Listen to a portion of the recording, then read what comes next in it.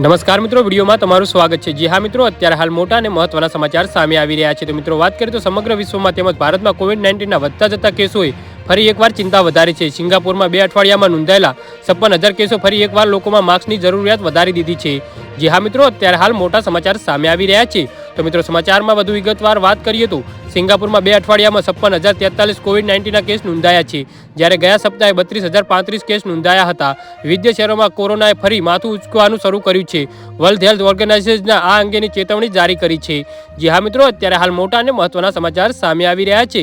WHO પહેલાથી જ વિવિધ દેશોને આ બાબતે વધુ સાવચેત રહેવાની સલાહ આપી ચૂક્યું છે। આ દિવસોમાં કોરોનાનું નવું સબ વેરિયન્ટ JN1માં લોકોમાં ઝડપીથી ફેલાઈ રહ્યું છે। અમેરિકા અને ચીનમાં લોકો આ નવા વેરિયન્ટથી વધુ પ્રભાવિત છે।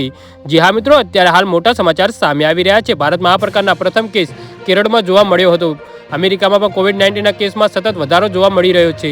ન્યૂઝ રિપોર્ટના અનુસાર અમેરિકામાં છેલ્લા 4 અઠવાડિયામાં કોરોનાના કારણે હોસ્પિટલમાં દાખલ લોકોની સંખ્યા વધીને 23,432 થઈ છે। જી હા મિત્રો, તો આના વિશે તમારું શું કહેવું છે તો નીચે અમારી કોમેન્ટ બોક્સમાં જરૂરથી જણાવજો અને અમારી યુટ્યુબ ચેનલને સબસ્ક્રાઇબ કરવાનું ભૂલતા નહીં। વિડીયો પૂરો જોવા બદલ તમારો ખૂબ ખૂબ આભાર।